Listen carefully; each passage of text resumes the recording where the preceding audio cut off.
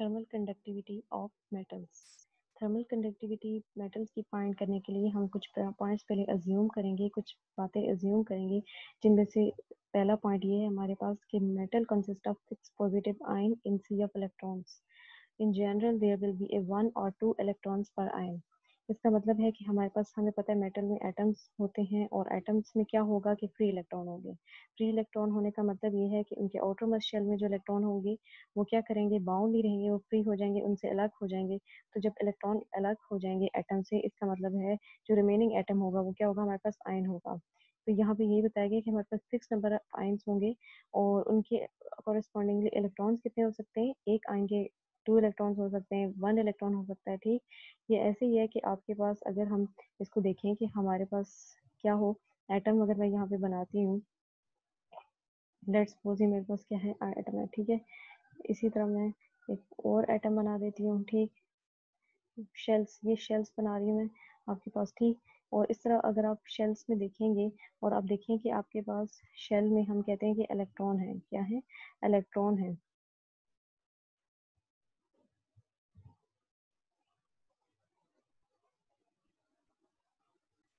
वैसे यहाँ पे देखें, अगर हमारे पास आउटर मोस्ट शेल है तो उसमें से अगर एक एटम है उसमें से इलेक्ट्रॉन्स मैंने क्या किए, निकाल दिए थर्मल एनर्जी देके, या जिस तरह भी इलेक्ट्रॉन्स निकल गए और पीछे रह गए आयन, ये हमारे पास आयन रह गया और इसमें से इलेक्ट्रॉन निकल के अलग हो गए, ठीक है। ये इलेक्ट्रॉन वैसे इसके अंदर थे लेकिन अभी क्या हो गया, अलग हो गए, तो इसका मतलब है ये आयन बन गया, ठीक।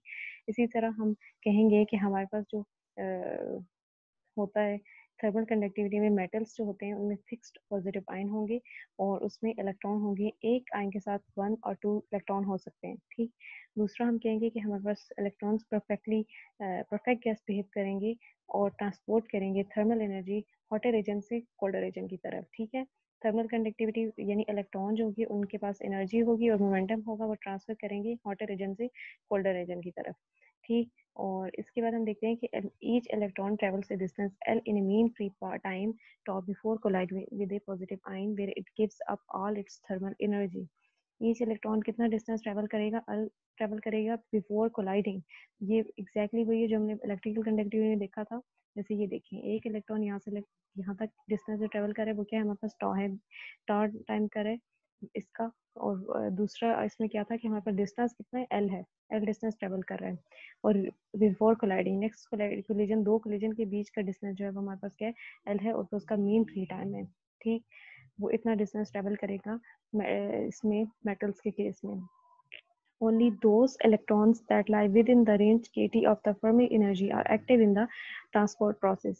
ये अगेन वही बात होगी कि हमारे पास जो फर्मी लेवल के बिल्कुल पास के लेवल्स हैं वहाँ से सिर्फ इलेक्ट्रॉन कंट्रीब्यूट कर पाएंगे, अंदर के इलेक्ट्रॉन नहीं कर पाएंगे क्योंकि उनकी इतनी एनर्जी लेवल नहीं मिलेगी, इसलिए डीप इलेक्ट्रॉन नहीं पार्टिसिपेट करेंगे डी लेवल से। सिर्फ इलेक्ट्रॉन जो फर्मी लेवल के बिल्कुल पास पास के होंगे वो कंट्रीब्यूट कर पाएंगे, ठीक। तो ये तीन चार एग्जाम्पशंस थी हमारी स्टार्ट में, अगर हमने थर्मल कंडक्टिविटी पढ़नी है उसके लिए हमने एज्यूम की चार बातें।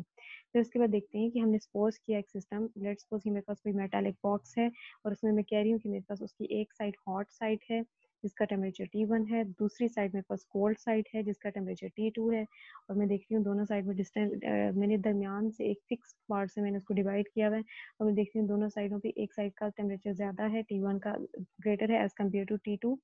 और मैं देखूंगी कि यहाँ पे अगेन क्या होगा, जैसे अभी मैंने आपको बताया कि हॉटर साइड से इलेक्ट्रॉन जो है वो एनर्जी कैरी करेंगे और मूव करके कोल्डर साइड की तरफ जाएंगे। तो यहाँ पे हमारे पास एक्चुअली क्या होगा, करंट फ्लो करेगा जब इलेक्ट्रॉन मूव करेंगे। हमें पता है कि करंट एक्चुअली होता क्या है जब इलेक्ट्रॉन्स मूव करते हैं, ठीक। तो इसकी करंट डेंसिटी क्या होगी, करंट डेंसिटी 1/a एरिया है यहाँ पे, और dq/dt। dq/dt का क्या मतलब हो गया, इसका मतलब है हीट ट्रांसफर होगी, यानी कि मैं पर टाइम देखती हूँ तो मेरे पास हीट ट्रांसफर होगी, ठीक है। यहाँ पे देखिए dq amount of heat flowing perpendicular to the cross sectional area in time delta D, यानी टाइम के साथ मेरे पास क्या होगा, हीट फ्लो करेगी, ठीक। और दूसरा हीट फ्लो होने के साथ साथ मैं क्या देख रही हूँ कि मेरे पास टेम्परेचर डिफरेंस भी आ रहा है। डिफरेंट टेम्परेचर है ना, यहाँ पे देखें हॉट है आपके पास, यहाँ पे कोल्ड है, तो टेम्परेचर डिफरेंस भी आ रहा है। हीट किस वजह से भी प्रोड्यूस हो रही है, टेम्परेचर डिफरेंस की भी वजह से हो रही है। और टेम्परेचर डिफरेंस कैसे आ रहा है, डिस्टेंस आ रहा है, ठीक है। This current density is related to the gradient of temperature difference across the sample. तो इसका मतलब है कि करंट डेंसिटी का एक और रिलेशन भी बनेगा जो हमारे पास D T by D X होगा। यहाँ तो हमने D Q by D T से किया था, यहाँ पे हम कह रहे हैं D T by D X से होगा, ठीक है। इसका मतलब है कि हमारे पास heat current density not only depend upon the temperature difference, it also depend upon the distance over which this temperature difference is maintained। ठीक, वो डिस्टेंस पे भी डिपेंड कर रही है और आप देख रहे हैं कि टेम्परेचर डिफरेंस डिस्टेंस के साथ ही वेरी कर रहा है। फिर इस तरह हमने अगर एक साइड यानी एक्स डायरेक्शन में सिर्फ देखा था, तो हम इसी तरह वाई डायरेक्शन में भी दे सकते हैं और जी डायरेक्शन में दे सकते हैं। और इन सबको अगर मैं कंबाइन करूँ तो मेरे पास एक ये इक्वेशन बन जाएगी, ठीक है। और यहाँ पे प्रोपोर्शनल साइन खत्म होके मुझे कांस्टेंट मिलेगा, और जिसे मैं कहूँगी ये मेरे पास कौन सा कांस्टेंट है, कापा। और कापा जो है वो क्या होगा, thermal conductivity of the material. Kappa ही हमें थर्मल कंडक्टिविटी ऑफ मटेरियल देगा। और जैसे हमने इलेक्ट्रिकल कंडक्टिविटी में सिग्मा यूज किया था, यहाँ पे हम क्या यूज करेंगे, कापा यूज करेंगे, ठीक। और बाकी सारे कंपोनेंट्स को मैंने मिला दिया है, एक्स वाई जी तीनों डायमेंशन में कंसीडर कर रही हूँ, और इनकी जगह मैं डेल्टा ऑपरेटर भी लिख दूंगी, ठीक है। और नेगेटिव साइन भी आ रहा है, यहाँ पे देखिए नेगेटिव साइन भी है। नेगेटिव साइन का क्या मतलब है, thermal current is opposite of gradient temperature. इसका मतलब है कि थर्मल करंट, अगर लेट्स सपोज आप देख रहे हैं कि करंट इस तरफ को बढ़ रहा है और हमारे पास जो ग्रेडियंट टेम्परेचर है वो इस तरफ को है, ठीक है, तो उसके ऑपोजिट डायरेक्शन में जा रहा है। यहाँ पे अगर करंट बढ़ रहा है तो हमारे पास यहाँ पे ग्रेडियंट क्या हो रहा है, टेम्परेचर डिक्रीज हो रहा होगा। तो एक दूसरे से ऑपोजिट है, इसलिए यहाँ पे क्या आ रहा है, हमारे पास नेगेटिव साइन आ रहा है। फिर हम देख रहे हैं कि हमारे पास thermal conductivity is the transport of energy of the electron. Thermal conductivity actually है क्या, कि हम थर्मल से हमें पता चल रहा है कि उसका रिलेशन टेम्परेचर से है, ठीक है। और कंडक्टिविटी का मतलब है कि इलेक्ट्रॉन जो है वो कंडक्ट करेंगे, करंट पास करेंगे। वो कैसे करेंगे, टेम्परेचर डिफरेंस की वजह से वो मूव करेंगे। मूव करने का मतलब होगा कि उनके पास कोई ना कोई एनर्जी होगी, ठीक है, और मोमेंटम होगा। और जब वो, अगर मैं इस पूरे मेटलिक बॉक्स को डिवाइड करूँ बीच में से, तो एक्स डिस्टेंस में कह देती हूँ लेट्स सपोज, तो इसमें से ट्रेवल करेंगे, एक्स डिस्टेंस को क्रॉस करेंगे। इसका मतलब यहाँ से इलेक्ट्रॉन के पास कुछ एनर्जी होगी जो इस तरफ के इलेक्ट्रॉन के पास कम थी जब इधर से इधर मूव किए, ठीक है। और दूसरा आप देखें कि आपके पास मैंने यहाँ इलेक्ट्रॉन भी लिखा हुआ है, यहाँ n/2 इलेक्ट्रॉन, यहाँ पर n/2 इलेक्ट्रॉन। ये ऐसा ही है कि हमारे पास अगर टोटल नंबर ऑफ इलेक्ट्रॉन है या total density of electron inside the metal n है, और मैं कहती हूँ कि मेरे पास हॉट साइड पे n/2 होगी डेंसिटी और कोल्ड साइड पे n/2, यानी इक्वल नंबर ऑफ इलेक्ट्रॉन मेरे पास क्या होंगे, हॉट साइड पे और कोल्ड साइड पे होंगे, ठीक। फिर इसके बाद इसका मतलब है कि जब across X there is no net charge, equal number of electron है, तो इसलिए मैं ये नहीं कह सकती कि किसी एक तरफ से कोई हम चार्ज अंदर कह दें, क्योंकि वो कैंसिल कर रहे हैं एक दूसरे को, नेगेटिव और पॉजिटिव साइड पे, ठीक है, या हॉट और कोल्ड साइड पे। equal number of electrons are coming from cold side and hot ends, और सेम डेंसिटी ऑफ इलेक्ट्रॉन्स होगी हमारे पास। लेकिन सिर्फ एक चीज का फर्क होगा, वेलोसिटी का फर्क होगा, कि दोनों साइडों पे हमारे पास वेलोसिटी इलेक्ट्रॉन्स की सेम होगी, लेकिन होगी क्या, ऑपोजिट डायरेक्शन में। यहाँ पे वेलोसिटी इलेक्ट्रॉन इस तरफ को मूव कर रहे हैं, वहाँ पे हमारे पास इलेक्ट्रॉन किस तरफ को मूव करेंगे, जो है वो लेफ्ट साइड पे मूव करें, इधर से राइट और इधर लेफ्ट, ठीक हो गया। अच्छा, फिर उसके बाद आप क्या करेंगे कि आपके पास क्या हो रहा है, अगर इसी बॉक्स को मैं देखूँ, मेरे पास एक और, मैं थोड़ी सी चीज़ एज्यूम कर लेती हूँ। जैसे मैंने कहा कि मेरे पास अगर मैं एक्स ले रही हूँ तो एक्स एक साइड पे इलेक्ट्रॉन n/2 है, एंड इधर क्या है हमारे पास n/2, ये उसकी हॉट साइड, ये उसकी कोल्ड साइड है। और अगर एक्स से मैं पीछे का तो डिस्टेंस लूँ, तो वो मेरे पास क्या है, -vt, ठीक है। वीटो, वीटो आपको पता है किसके इक्वल होता है, एल के इक्वल होता है, यानी मीन फ्री पाथ के इक्वल होता है, ठीक है। मीन फ्री पाथ कौन सा, जो दो कोलिजन के बीच का डिस्टेंस है, ठीक। तो x माइनस का मतलब है कि x से पीछे का डिस्टेंस होगा कोई, ठीक। इसी तरह मैं ज्यूम करूंगी कि मेरे पास x प्लस बीटा, इसका मतलब है यानी इस x के बाद कोई डिस्टेंस ऐड हो रहा है, और वो कितना डिस्टेंस ऐड हो रहा है, l डिस्टेंस, या जिसे हम बीटा कर देंगे, ठीक है। तो x प्लस बीटा लिख देंगे, ठीक। ये x प्लस बीटा हो गया हमारे पास कोल्डर रीजन। इसका मतलब हॉटर रीजन की तरफ हमारे पास x माइनस बीटा है, और कोल्डर रीजन की तरफ हमारे पास क्या है, x प्लस बीटा है, ठीक।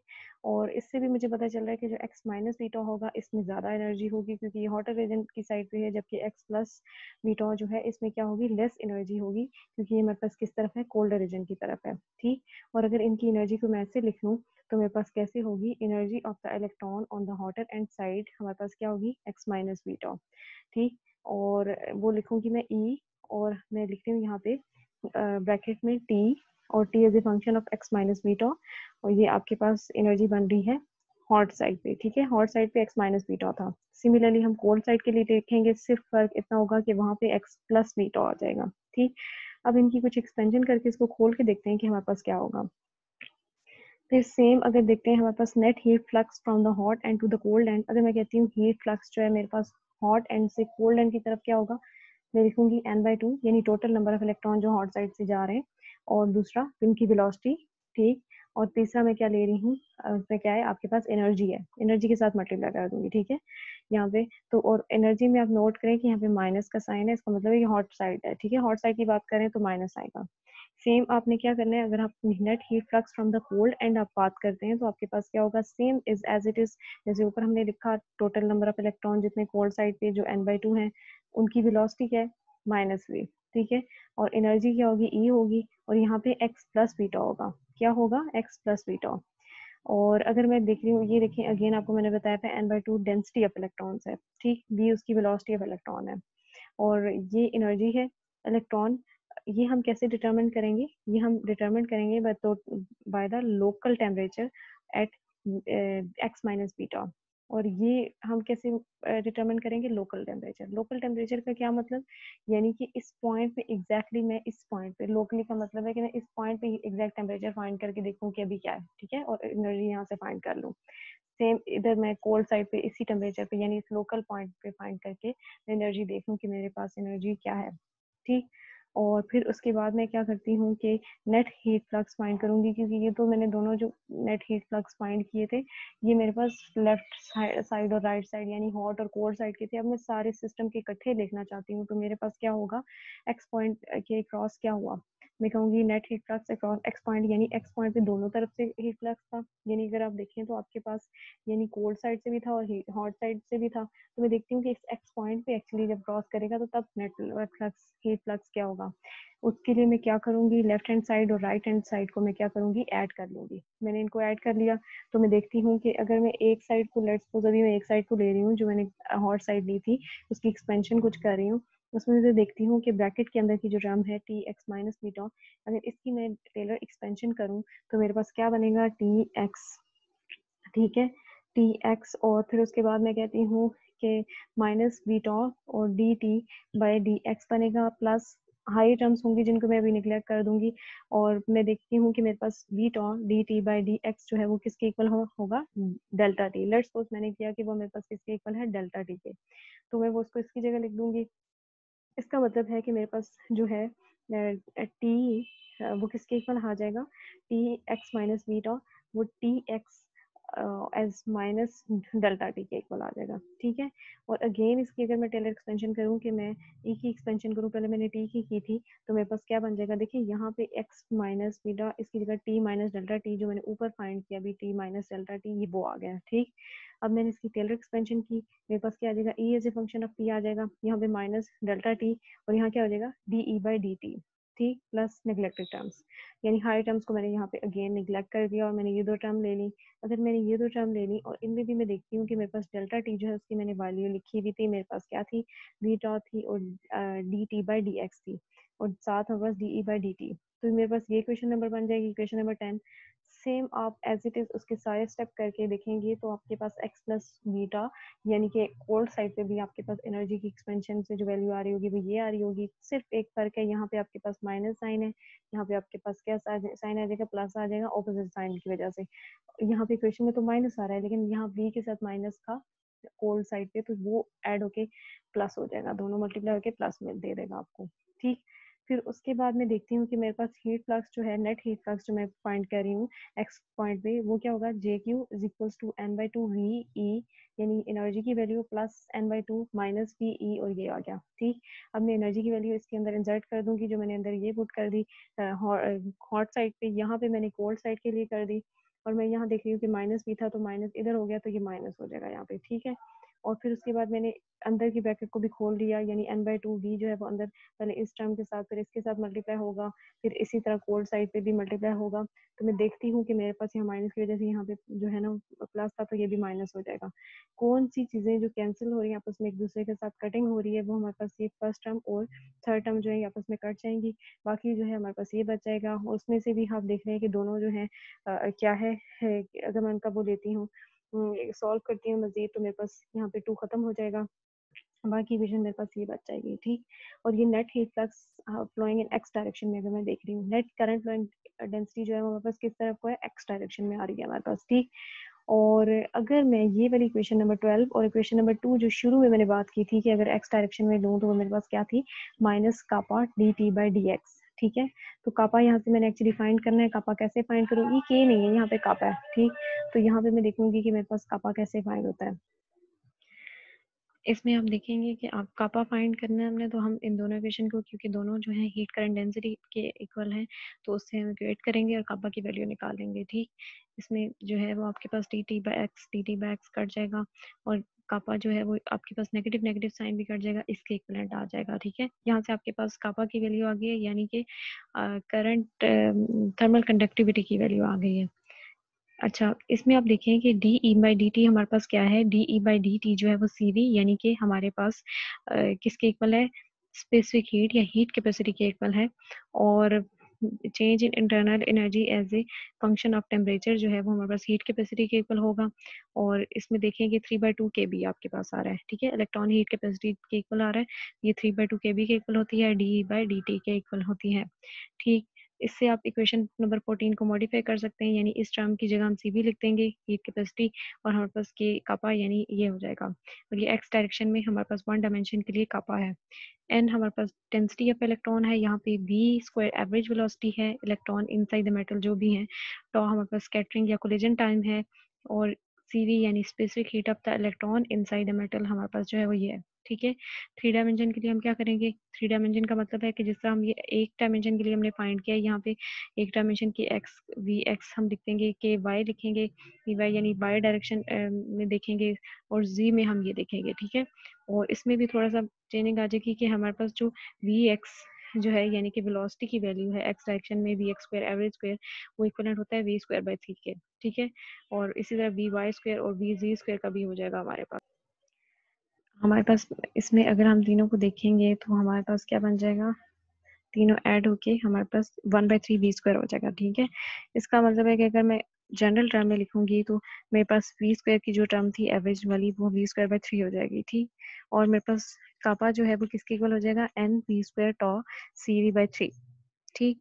और यहाँ से हम इसको थोड़ा सा और जो है वो मॉडिफाई करेंगे, इस इक्वेशन को थोड़ा चेंज करेंगे, उसमें से हम देखेंगे कि हमारे पास काबा की वैल्यू कुछ यूँ है, और जो N C V by V हम कहें या specific heat of electron gas per unit volume, और साथ अगर हम देखेंगे कि एन अगर एन सी वी हमारे पास है तो हम कहेंगे कि ये हमारे पास किसके इक्वल होगा, सी वी डैश के इक्वल होगा, ठीक है। या हम कहते हैं सी वी डैश हमारे पास क्या है, specific heat per unit volume of electron in the metal, ठीक।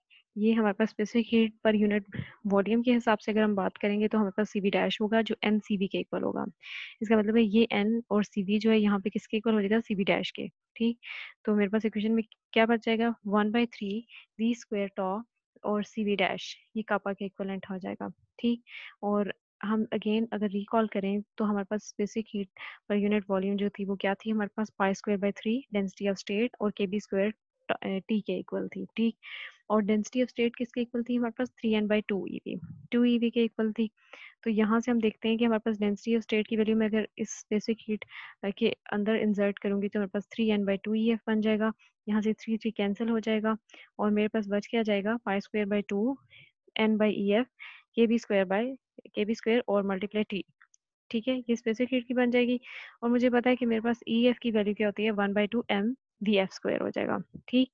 अगर एनर्जी की बात करूँ तो मेरे पास यहाँ पे ये एनर्जी की वैल्यू आ जाएगी, और यहाँ पे मैं देखूंगी कि 2 यहाँ पे डिनोमिनेटर के भी डिनोमिनेटर में है तो वो न्यूमिनेटर में चला जाएगा, ठीक। 2n हो जाएगा, एम बी एफ स्क्वायर हो जाएगा, 2 यहाँ पे कैंसिल हो जाएगा, बचेगा क्या आपके पास, पाई स्क्वायर और N M B F square K B square T, ठीक।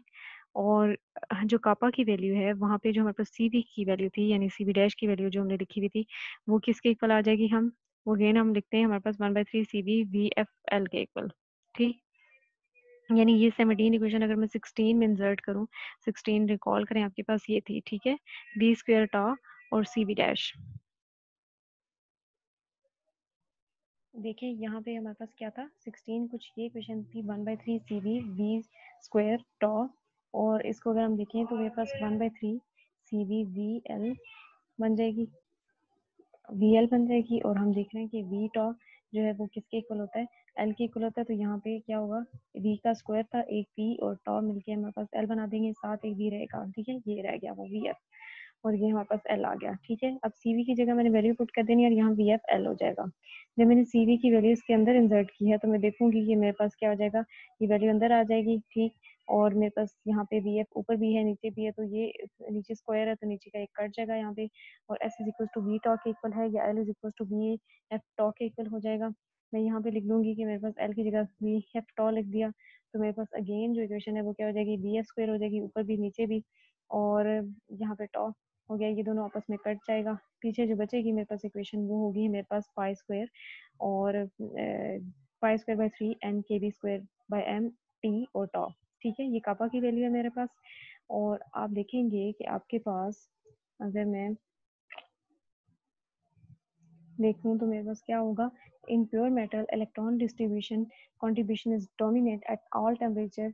In impure metal or disordered metal, tau is reduced by collision with impurity and the phonon contribution may be comparable with the electronic contribution, ठीक है। यानी pure metal के case में जिसमें कोई हमारे पास impurities ना हो, स्कैटरिंग ना हो, फोनॉन्स की कंट्रीब्यूशन जो डिस्टर्ब ना करे इलेक्ट्रॉन मोशन को, तो तब हमारे पास जो है वो कंडक्टिविटी, थर्मल कंडक्टिविटी ये होगी, ठीक है, जो टोटल टेम्परेचर पे डिपेंड कर रही है, टॉप पे डिपेंड, कोलिजन टाइम पे डिपेंड कर रही है, इन सारी चीज़ों पे डिपेंड कर रही है, ठीक है। लेकिन अगर हमारे पास क्या आ जाता है, इम्प्योर मेटल आ जाते हैं तो उसका कोलिजन टाइम ज़्यादा हो जाएगा, डिस्टॉर्टेड मेटल्स हैं, टॉ टाइम जो है वो रिड्यूस हो जाएगा कोलिजन की वजह से, ठीक। और फिर इसकी वजह से हमारे पास क्या होगा कि फोनॉन की कॉन्ट्रीब्यूशन भी हो सकती है, इसकी वजह से हमारे पास थर्मल कंडक्टिविटी क्या होगी, इससे इफेक्ट हो सकती है, ठीक है। इससे हमें कुछ ये चीज़ें कंक्लूड हुई। तो थर्मल कंडक्टिविटी हमारे पास डिपेंड एक्चुअली इन चीज़ों पे कर रही है। देख रहे हैं हम, हमारे पास पाई स्क्वायर बाय 3 ये कांस्टेंट टर्म है, नंबर ऑफ इलेक्ट्रॉन्स एन या डेंसिटी जो है वो एन है वो कांस्टेंट है, के बी स्क्वायर कांस्टेंट है, एम मैस कांस्टेंट है जो इलेक्ट्रॉन्स का मैस है। डिपेंड सिर्फ टेम्परेचर पे कर रही है और टॉप पे कर रही है, ठीक है। टेम्परेचर पे डिपेंड कर रही है और टॉप पे, और टॉ जो है वो इफेक्टेड इन अदर वर्ड किस तरह है, जैसे मैंने अभी आपको बताया कि प्योर मेटल के केस में कोलिजन्स नहीं होंगी, लेकिन अगर इम्प्योर होगा तो उसमें हमारे पास इम्प्योरिटीज़ भी हो सकती हैं, डिसऑर्डर स्ट्रक्चर्स भी हो सकते हैं, बनॉन्स की कंट्रीब्यूशन हो सकती है, जिसकी वजह से ये टॉ का टाइम जो है वो क्या हो जाएगा, रिड्यूस हो जाएगा, कोलिजन टाइम रिड्यूस हो जाएगा या उससे फ़र्क पड़ जाएगा, उसकी वजह से हमारे पास थर्मल कंडक्टिविटी जो है वो अफेक्टेड हो सकती है।